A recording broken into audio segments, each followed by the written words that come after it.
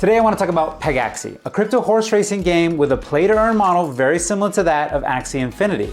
Not to mention something that has a lot of competition. So before you place your bets on Pegaxy, let's see if it has what it takes to win the race against its competition.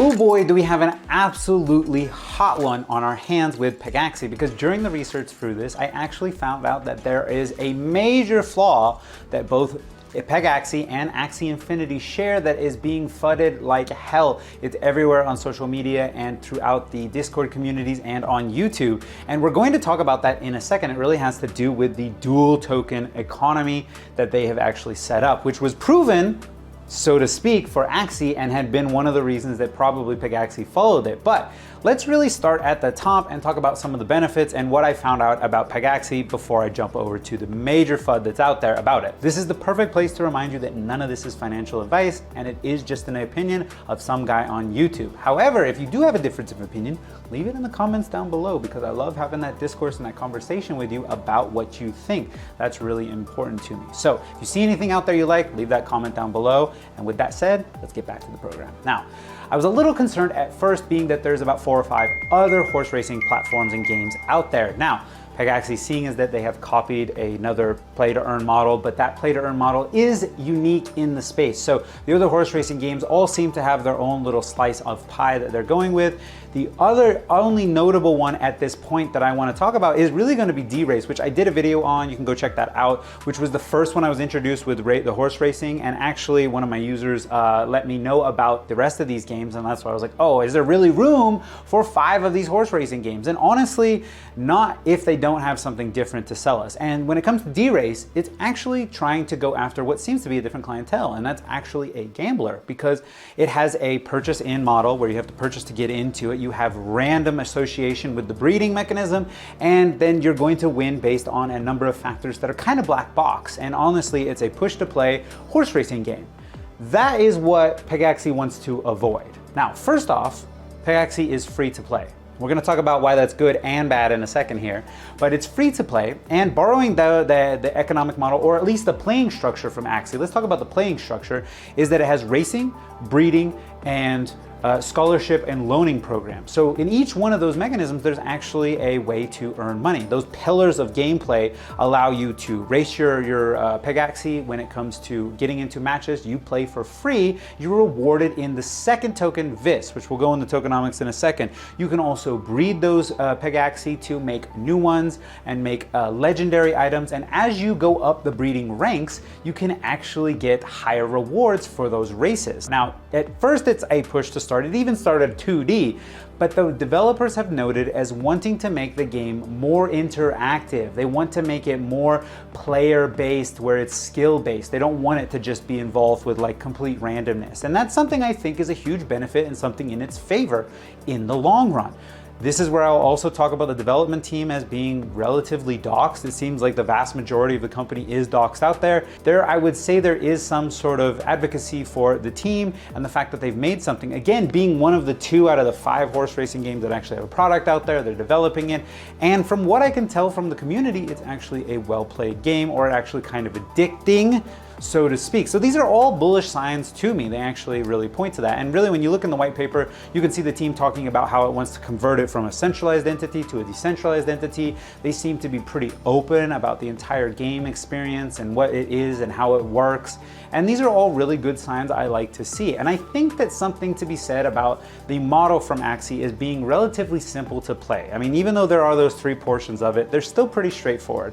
You play the game, you can play the game, you can win rewards. If you want to breed your horses and make them and sell them, you can make money there. You can get into higher gameplays and make money there. Or if you have extra horses laying around, you can rent them out to people.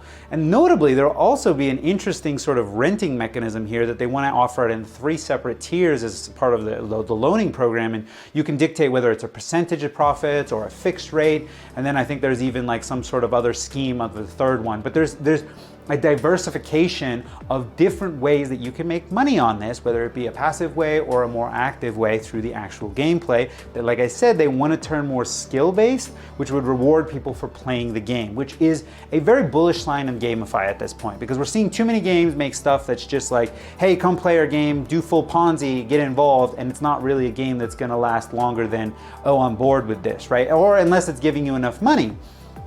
This is where we come to probably the first big problem.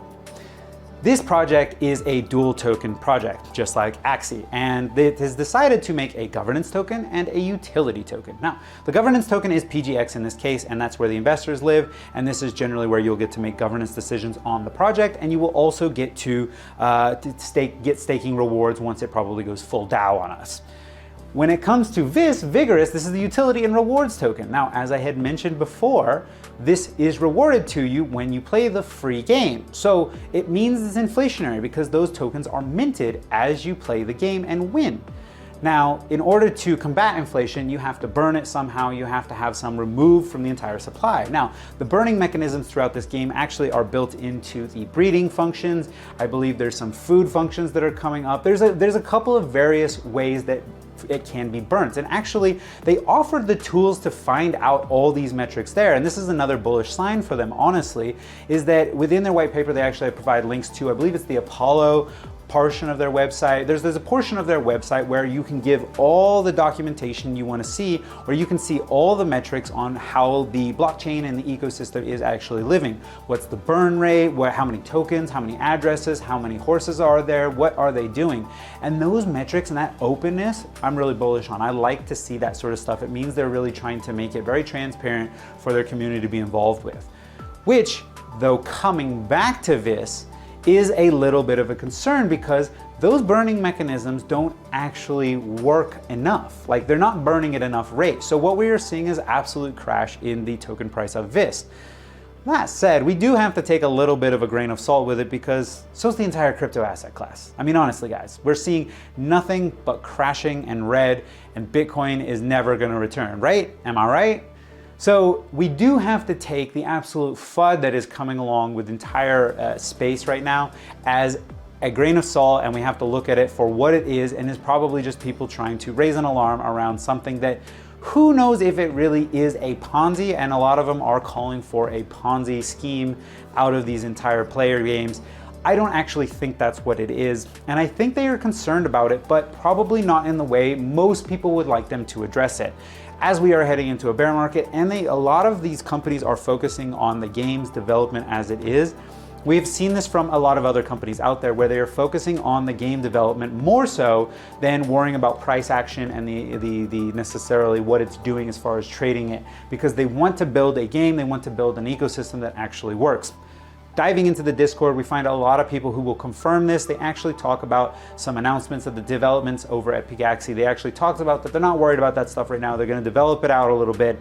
I imagine that this is due to the price falling, and they're like, hey, it's falling anyway. Not to mention, we want to build out some cool features, and then we can tweak those dials, tweak them to whatever they really need to be, implement new features as we need to really increase that burn rate and offset this inflation. But this really does raise the really big question is, ultimately, does the dual token model even work? So let's jump over to the screen here in a second and look at the price action. But the question of does this token model work is a very valid one, because we're new into crypto and we see an absolute lot of new and innovative ways of dealing with finances, ecosystem economies being developed, because it's kind of open season right now. And we're at the very early stages where things are being tried, but they're not necessarily confirmed true. And so this is what we're seeing. And I think this is one of the first questions you really need to ask yourself, I guess, kind of getting involved with this, because honestly, I'm talking about this as if you can't even get involved with it. But it's one of those that I'm willing to put on the watch list, because I do think out of the horse racing games, it's one of those that actually has some legs to be the one that will still be around in 5 years, right? So the real question is going to be, during this downtime, while we're in a bear market, will they be able to pull themselves out, implement the proper returns, and get themselves out of this massive or hyperinflation that they're seeing right now in both ecosystems? And honestly, I think the fact that there's two projects that are probably dealing with this might mean that there's two heads thinking about it, and if one figures it out, the other one can just kind of copy it. So that's a little bit of a bullish sign there too. let's head over to the screens. And as you can see, I tried to put my head in the middle there, so I was out of the way. But I really wanted to bring up the prices of both Pegaxy on the left, Vigorous, and Vis on the right. And you can see that, I mean, that's really just price action of the entire asset class, honestly. But this is a really flat line here. This is really not a good sign. And we're actually, if we go and have a look at our price action, we're actually at fractions of a cent. That's a really bad place to be. Even though we do see some go, it went all the way up to 26 cents, I believe, at one point. Yeah, about 25, 26 cents. And we did see our Pegaxy actually peaking up there at close to $1. So where we are both sitting on both of these is relatively low. Grain of salt, we've seen this with all of them. And I think that the alarm bells are being rung now, seeing as these projects are very early on. This is actually the time for them to fix this sort of stuff. And maybe why the development team behind Pegaxy is actually kind of brushing it off, not worrying about it too much. That said, it's very hard for someone who may be involved in the Discord to not get that kind of an answer when they really don't want to see their money dwindle into less and less as time goes on. This is the important part where you need to remember to always buy into a product that you actually like, a project that you think has legs that can make it out the other side of a bear market. These are fundamentals that you can't avoid and you shouldn't avoid because this. But really, I'm going to make this a relatively short video because I don't think there's much else here to look at other than there is a massive amount of FUD and we need to take that on board before we throw any money into a project like this. Remember, this isn't financial advice, but it is something you need to take in consideration of. That said, I do like it as far as the one in the space. Now between this and D-Race, I think they both are spearheading for two different player bases, which I appreciate, and I think there is room for both of them. Honestly, as far as a game, horse racing game goes, this one is a better and more fun looking horse racing game. D-Race is probably a better gambling platform. And that is probably where I will leave the top of this. I think that I really want to make sure that Pegaxy is actually given its fair shake when the time comes around. I liked a lot of the other fundamentals. I did think that there was potential here for this thing to have a future. So put it on the watch list and let's see what they do over the next few months, years, and if they actually acquiesce to the absolute crashing in the price of their second token. Now, this is the point where I will ask you to leave a comment if you have any insights that I would love to see. I would actually like to know about what you think about the Tool token model. Is this gonna work? Is this a total Ponzi scheme? Is this how it works? Or if you think anything in here you thought I said was absolute nonsense, go ahead, let me know. This is perfect. I'm very active in my community. I love having the conversations with you guys. It's how we continue learning in this space that is so new. This is also the time where if you got any value out of this or you appreciated the content, smash the like, hit the subscribe. They really do help the channel and I appreciate it. This is where I am finally going to leave you. And remember, at the end of the day, this is not financial advice. It's just